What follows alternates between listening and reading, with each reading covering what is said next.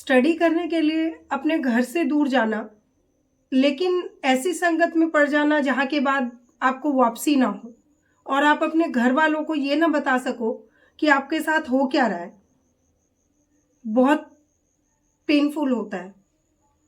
आज की सच्ची घटना एक ऐसी घटना है जो आपको ये सिखाएगी कि अपनों से दूर होने का मतलब ये नहीं है कि आपकी दूरियां इतनी बढ़ जाए कि आपकी जान चली जाए या आपके साथ कुछ ऐसा हो जाए जिसका सबूत भी किसी को ना मिले। एक ऐसी लड़की की कहानी है जो अफगानिस्तान से आई थी और इंडिया में प्यार के चक्कर में पड़ के अपने स्टडी को छोड़ा और फिर उसके साथ एक भयानक हादसा, लेकिन उसके बाद वो जिंदा है पर एक जिंदा लाश की तरह। वो कहते हैं ना कि किस्मत में बहुत सारी चीजें होती हैं जो हमारे हाथ में नहीं होती, वैसा ही कुछ। कहानी शुरू करो उससे पहले वही नमस्कार, प्रणाम, आदाब, सत श्री अकाल। कैसे हैं आप सभी? उम्मीद है आप सभी स्वस्थ होंगे, मस्त होंगे और व्यस्त होंगे। क्यों ना हो बॉस, होना चाहिए, बहुत जरूरी है। सबा एक ऐसी लड़की जो जिंदा दिल, उम्र ज्यादा नहीं, सिर्फ 23 साल की, अफगानिस्तान की रहने वाली। और उससे मैं कैरेक्टर का नाम दे रही हूं और उस कैरेक्टर का नाम है आंटी जी। आंटी जी की कहानियां मैं आप लोगों को बताऊंगी, जो कि एक समाज सेविका है और वो ऐसी लड़कियों के लिए काम करती हैं जिनके साथ कुछ ऐसा हो जाता है जो किस्मत को नहीं करना चाहिए, बट कुछ चीजें मिसहैपनिंग्स हो जाती हैं। उनको अपने मन से, मजबूरी से, धोखे से अपनी जिंदगी को दांव पर लगाना पड़ता है। और ऐसी ही लड़कियों को आंटी जी बचाती हैं और किस तरीके से, ये सारी सच्ची घटनाएं हैं, किस तरीके से उनके साथ क्या क्या प्रॉब्लम्स आती है वो। फिलहाल सबा पर चलते हैं। सबा अफगानिस्तान की एक लड़की थी जो कि 23-24 साल की थी और आंटी जी को उससे प्यार पहली नजर में ही देखते हो गया कि मेरी बेटी जितनी छोटी है उतनी ही ये भी है और 23 साल की बच्ची बहुत कुछ करेगी जिंदगी में। दिल्ली में एक फंक्शन में मिली थी आंटी जी उसे। चलो फंक्शन हो गया, सब लोग अपने अपने घर गए। आंटी जी मेरठ की रहने वाली हैं। मेरठ में एक ऐसी जगह है जहां पर कि देह व्यापार का काम चलता है। उस एरिया में आंटी जी का आना जाना है। वहां के बच्चों के एजुकेशन के लिए आंटी जी काम करती हैं और वहां की महिलाओं के हेल्थ के लिए भी आंटी जी बहुत सारे काम करती हैं। आंटी जी उस एरिया में जब जाती है तो एक लड़की आंटी जी को मिलती है जिसकी आंखें आंटी जी ने देखी हुई थी। वो आंखें देखते ही आंटी जी के मन से आता है कि कहीं तो देखा है इसे और ये यहाँ की नहीं है। आंटी जी उस लड़की से मिलती है। मिलने के बाद उसको कहती है कि अपने फेस से ये हटाओ, ये जो तुमने पहना हुआ है, लेकिन वो बुर्का हटाने को तैयार नहीं होती है। सिर्फ आंखें दिख रही होती है उस लड़की की। आंटी जी बहुत कोशिश करती है उससे बात करने की, बट आंटी जी की बात होती नहीं है उस लड़की से। अब पहली बार में आंटी जी का अटेम्प्ट फेल हो चुका था, बट उसकी आंखें कुछ दर्द भरी बातें जरूर कह रही थी आंटी जी को। अब आंटी जी उस लड़की की वो आंखें भूल नहीं पा रही थी। फिर आंटी जी ने दोबारा एक अटेम्प्ट किया और वो वहां पहुंची। आंटी जी को ये समझ आया कि शायद ये लड़की मेरी लैंग्वेज नहीं समझ पा रही, हिंदी समझने में इसे कुछ प्रॉब्लम आ रही है।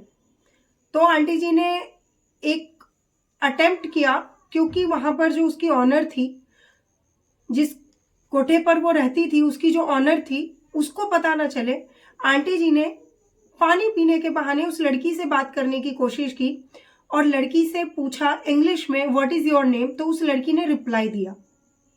अब आंटी को ये भरोसा हो गया था कि भाई इससे यहाँ की लैंग्वेज कम समझ आ रही है या नहीं समझ आ रही, तो मुझे इससे इंग्लिश में बात करनी चाहिए। आंटी जी ने उससे पूछा कि व्हाट आर यू डूइंग है, और तुम यहाँ क्या कर रही हो। तो उस लड़की ने एक पन्ने पर बहुत कुछ लिख के दिया। आंटी जी ने तब वो पन्ना लिया और अपने पॉकेट में रख के चली गई। सबा को लगा कि उसकी जिंदगी खत्म। अब एक चुलबुली सी लड़की वहां तक कैसे पहुंची, और अभी तक आंटी जी को पता नहीं है कि आंटी जी उससे मिल चुकी है पहले ही। सिर्फ वो आंखें देख के आंटी जी को कुछ अपनापन सा लग रहा था, कुछ याद आ रहा था। इसके बाद आंटी जी ने जब वो पन्ना घर जाके पढ़ा तो आंटी जी की आंखों से सिर्फ आंसू निकल रहे थे। आंटी जी ने उस कहानी को पढ़ी।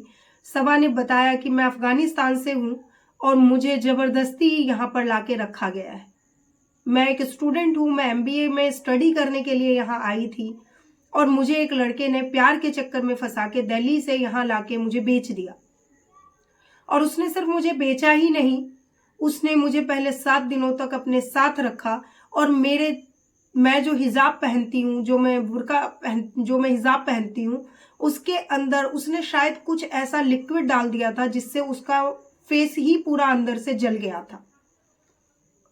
ये पढ़ने के बाद आंटी जी के आंखों से आंसू गिर रहे थे और उसने लास्ट में लिखा कि मैं अपने घर वापस जाना चाहती हूँ, इससे ज्यादा मुझे कुछ नहीं चाहिए। अब आंटी जी के पास एक सवाल था कि कैसे इसे निकाला जाए यहाँ से। हालांकि आंटी जी को वहां पर पुलिस अधिकारी सब जानते थे। आंटी जी ये काम पिछले 40 सालों से कर रही है। आंटी जी पहुंचती है अगले दिन और पहुंच के उस कोठे की मालकिन को एक थप्पड़ लगाती है और कहती है कि ये लड़की बालिग है और तूने इसे रखा हुआ कैसे है, ये बोलती क्यों नहीं है, क्या ये गूंगी है? तो वो मालकिन कहती है अरे रहने दो ना, ये बाहर से आई हुई है, इसको नहीं पता, यहाँ की लैंग्वेज नहीं आती। तब आंटी जी उसे पुलिस को बुलाती है और उसे वहां से निकालती हैं। बहुत मुश्किल था उसे वहां से निकालना। उसे वहां से निकालने के बाद वो वापस दिल्ली लेके जाती हैं। तो दिल्ली में कॉलेज वाले उसका एडमिशन लेने से मना कर देते हैं, क्योंकि कॉलेज वालों का कहना था कि जो भी स्टूडेंट 3 महीने से ज्यादा बाहर रहता है हम लोग उसका नाम काट देते हैं।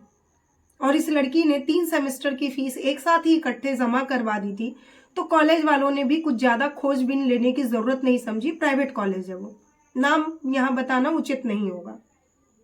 इसके बाद आंटी जी जब कॉलेज वालों से कहते हैं कि क्या आपका ये नहीं है रिस्पॉन्सिबिलिटी कि आपका बच्चा अगर कहीं चला गया है या कुछ हो गया है तो आप उसकी जानकारी लें कि वो एब्सेंट क्यों है। इस पर कॉलेज वालों का कहना था कि ऐसे बहुत सारे बच्चे होते हैं जो अपने मन से स्टडी बीच में छोड़ के चले जाते हैं और सभी बालिग हैं तो हम सबको ढूंढते नहीं फिरते हैं, इसलिए हमने इसका भी पता लगाना जरूरी नहीं समझा। लेकिन उस कॉलेज की प्रिंसिपल ने जब ये सारी बातें सुनी तो उनके पैरों के नीचे से धरती खिसक गई थी, क्योंकि वो लड़की कोई और नहीं उनके रिलेटिव्स की ही बेटी थी, जिन्होंने अपने भरोसे पर उस बच्ची को इंडिया भेजा था स्टडी करने के लिए। अब जब उसने सबके सामने अपना हिजाब हटाया, वो देख के सबकी आंखें फटी की फटी रह गई। और जो लड़का उसे वहां से लेके गया था उसका नाम था रहमान। रहमान को ढूंढने की बहुत कोशिश की गई लेकिन कोई फायदा नहीं हुआ, रहमान भी नहीं मिला और सबने बाद में उसे ढूंढना भी उचित नहीं समझा, क्योंकि अब उसे ढूंढ के भी कुछ नहीं होने वाला था। अब कॉलेज की प्रिंसिपल के सामने ये मुद्दा था कि घर वालों को कैसे वो फेस करेंगी, और इधर लड़की डर रही थी कि उसके साथ क्या होगा। लेकिन खैर फिर से उसका एडमिशन लिया गया और घर वालों को बुला के सारी सिचुएशन बताई गई। घर वालों ने कहा हमें स्टडी से नहीं अपनी बेटी से मतलब है, और वो अपनी बेटी को लेकर चले गए। सबा की जिंदगी तो उसके पेरेंट्स ने बचा ली, लेकिन क्या ऐसी लड़कियां वापस बच पाती हैं? क्या हमें अपने पेरेंट्स से हर चीज डिस्कस नहीं करना चाहिए?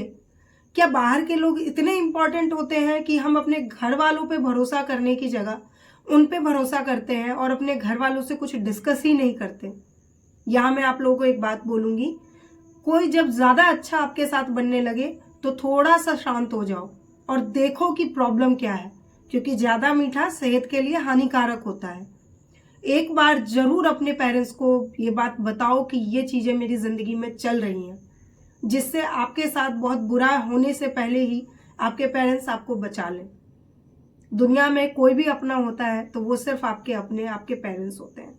सबा की जिंदगी तो आंटी जी ने बचा ली। ऐसी बहुत सारी कहानियां हैं जो आंटी जी के साहसों से भरी हुई हैं, और ये सब सच्ची घटनाएं हैं। ये जो घटना मैंने आपको सुनाई है 2022 की है। मैंने नाम और सब कुछ चेंज कर दिया है, कॉपीराइट का केस और बहुत सारी चीजें होती हैं। मिलती हूँ आप लोगों से अगली कहानी में, तब तक के लिए सेम वही, अपनों को प्यार करो, अपना और अपनों का ध्यान